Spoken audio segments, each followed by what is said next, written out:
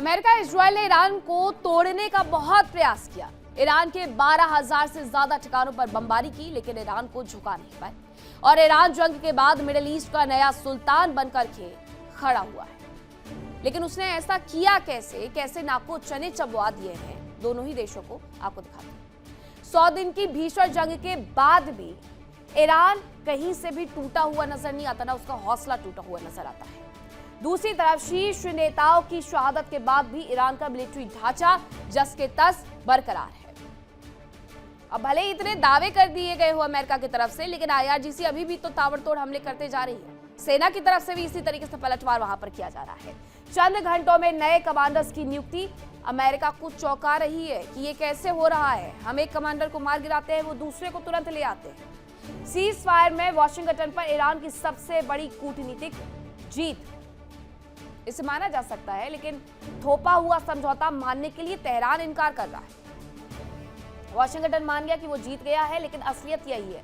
तबाही के मलबे से और ज्यादा संस्थागत मजबूत होकर के ईरान उभरा है इस पूरे युद्ध के दौरान।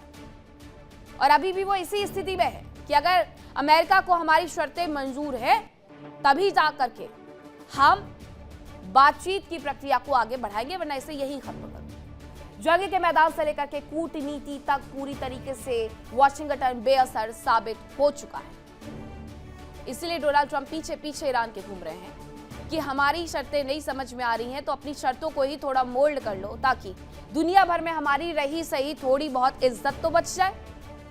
ईरान से उसके पड़ोसी भले ही परेशान हो, भले ईरान के प्रॉक्सी संगठन खाड़ी मुल्कों की टेंशन बढ़ाते रहे हो, भले ही अमेरिका के मिडिल ईस्ट में मौजूद देशों से संबंध अच्छे हों और भले ही वहां अमेरिका के सैन्य बेस हो, लेकिन सभी खाड़ी देश एक के बाद एक करके ईरान के आगे सरेंडर करते नजर आ रहे हैं। और अब इस फेहरिस्त में UAE का नाम भी जुड़ गया है। कैसे जुड़ा इस देश का नाम, इस रिपोर्ट में देखिए।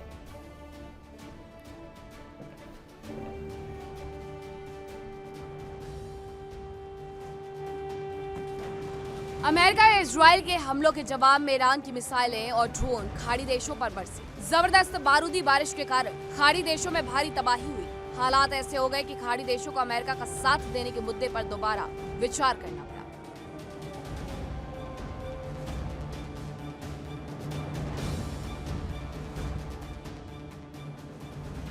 सऊदी अरब और कतर तो पहले ही ईरान के सामने सरेंडर कर चुके हैं। उन्होंने अमेरिका को ईरान पर हमलों के लिए अपनी जमीन देने से इनकार कर दिया, लेकिन अब UAE भी ईरान के आगे नतमस्तक होता नजर आ रहा है। दावा किया जा रहा है कि UAE ने ईरान की अरबों डॉलर की फ्रीज संपत्तियों को अनफ्रीज किया और एक भारी भरकम राशि ईरान को भेज दी।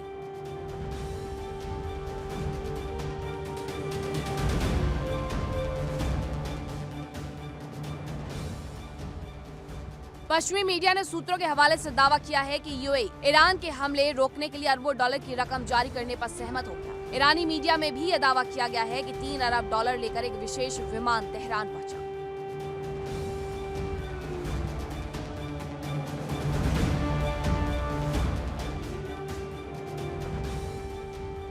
पूरे मामले में सबसे अहम मुद्दा यह है कि UAE ने आधिकारिक तौर पर इन सभी दावों को खारिज कर दिया और कहा है कि ईरान की कोई फ्रीज हुई रकम ना तो जारी की गई और ना ही ट्रांसफर कराई गई।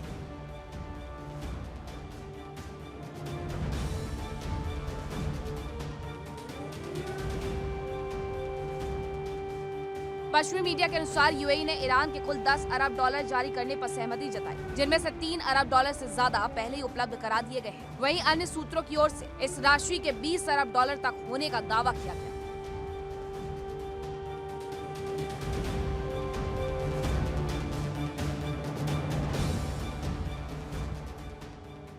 दावा किया गया कि ये व्यवस्था ईरान की ओर से UAE पर मिसाइल और ड्रोन हमले रोकने के बदले की गई है। सूत्रों का दावा है कि 3 अरब डॉलर की पहली किस्त पहले ही जारी की जा चुकी है। हालांकि ये रकम UAE की अपनी या फिर UAE की बैंकिंग सिस्टम में लंबे समय से फंसी ईरानी संपत्तियों का हिस्सा है, इसकी पुष्टि नहीं हो सकती।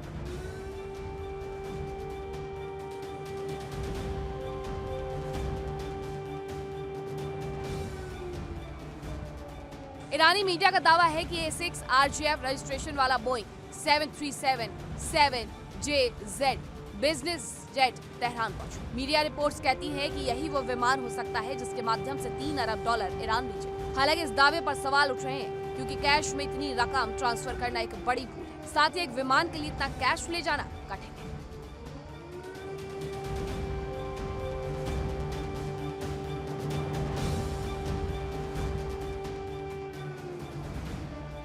उधर यूएई के विदेश मंत्रालय ने बयान जारी कर कहा कि 3 अरब डॉलर समेत किसी भी रकम के ट्रांसफर की खबरें पूरी तरह से झूठी और बेबुनियाद है। मंत्रालय ने कहा कि कोई फ्रीज हुई ईरानी संपत्ति अब तक जारी ट्रांसफर या यूएई के जरिए उपलब्ध नहीं कराई। हालांकि यूएई ने यह जरूर कहा कि उसकी विदेश नीति क्षेत्र में तनाव कम करने और स्थायी शांति को बढ़ावा देने पर केंद्रित है।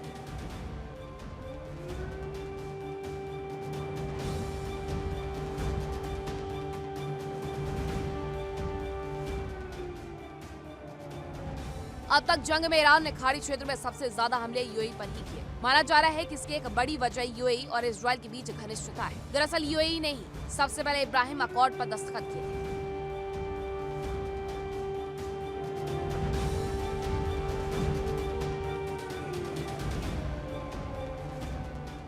दावा किया जा रहा है कि इजरायल ने अपना आयरन डोम एयर डिफेंस सिस्टम यूएई में भी तैनात किया था, साथ ही उसे ऑपरेट करने के लिए अपने सैनिक भी भेजे थे। हालांकि अभी तक पैसे भेजने की बात साफ नहीं हो पाई, लेकिन ये बात तो साफ है कि ईरान के हमलों से यूएई में जबरदस्त तबाही हुई। यूएई के अहम ठिकाने, तेल और गैस का कारोबार प्रभावित हुआ। पर्यटन स्थलों पर हमले हुए, यहाँ तक कि डिसैलिनेशन प्लांट्स को भी निशाना बनाए जाने की खबरें हैं।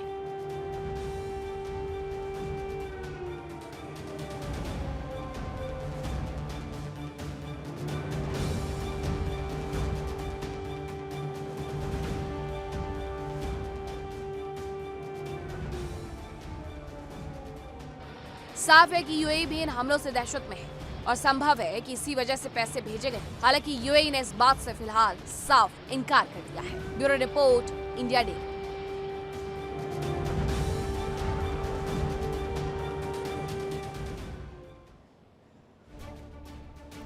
मिडिल ईस्ट में जंग के बीच लगातार अमेरिका, ईरान उसके सहयोगियों पर शिकंजा कसते रहा।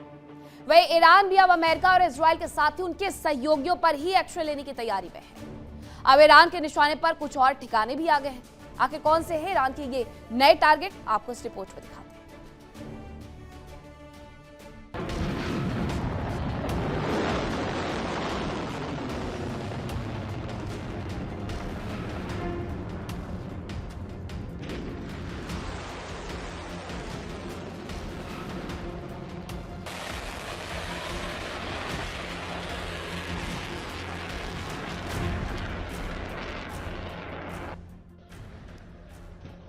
खाड़ी देशों में कई मल्टीनेशनल कंपनियों के दफ्तर मौजूद हैं। ईरान खाड़ी देशों में मौजूद अमेरिका के सैन्य बेसों को तो दहला ही चुका है, कई मल्टीनेशनल कंपनियों को भी निशाना बना चुका है।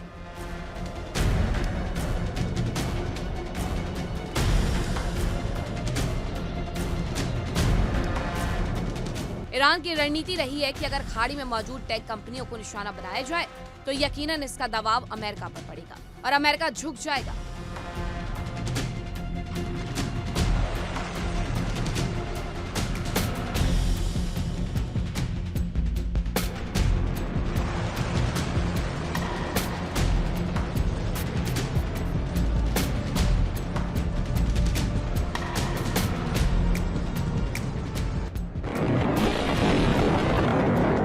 अपनी इसी मंशा के चलते ईरान के निशाने पर कुछ और कंपनियां आ गई हैं।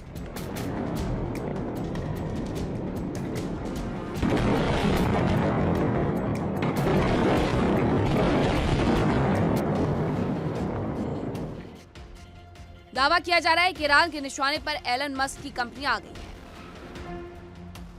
ईरान ने आरोप लगाया है कि मस्क की कंपनियों ने अमेरिका और इजरायल की सैन्य गतिविधियों में तकनीकी सहायता दी और उन्नत ड्रोन के साथ ही समुद्री हथियारों के संचालन में भूमिका निभाई। रिपोर्ट्स के अनुसार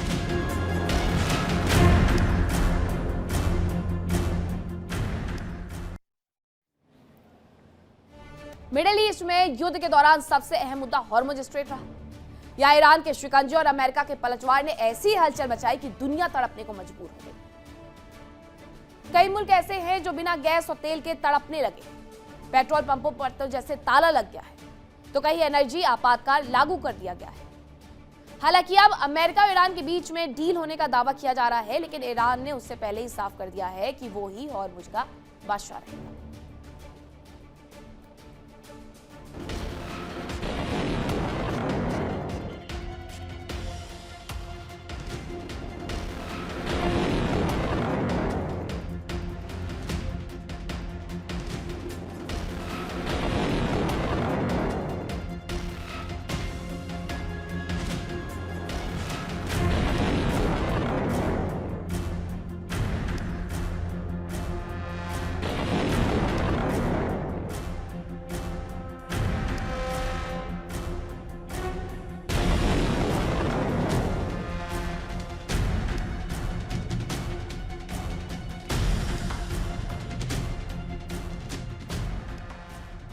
जंग के पहले ही उम्मीद की जा रही थी कि ईरान हॉर्मुज पर शिकंजा कसेगा और दुनिया में तेल संकट पैदा हो जाएगा, और हुआ भी ऐसा ही। ईरान ने हॉर्मुज पर ऐसा पहरा बैठाया कि दुनिया टेंशन में आ गई। कई एशियाई और यूरोपीय देशों में ऊर्जा संकट पैदा हो गया।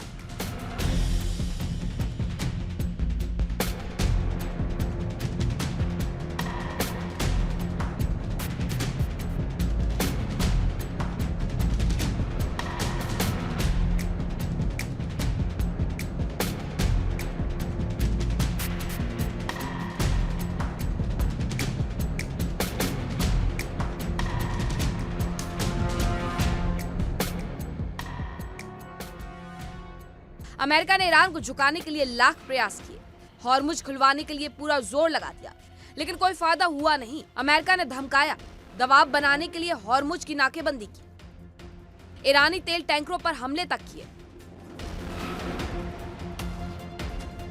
देखिए इंडिया डेली 24/7 अब आपके स्मार्ट टीवी पर। इंडिया डेली मौजूद है सभी डिजिटल प्लेटफॉर्म पर लाइव और लगातार। इंडिया डेली 24/7 हर दिन राष्ट्र को समर्पित।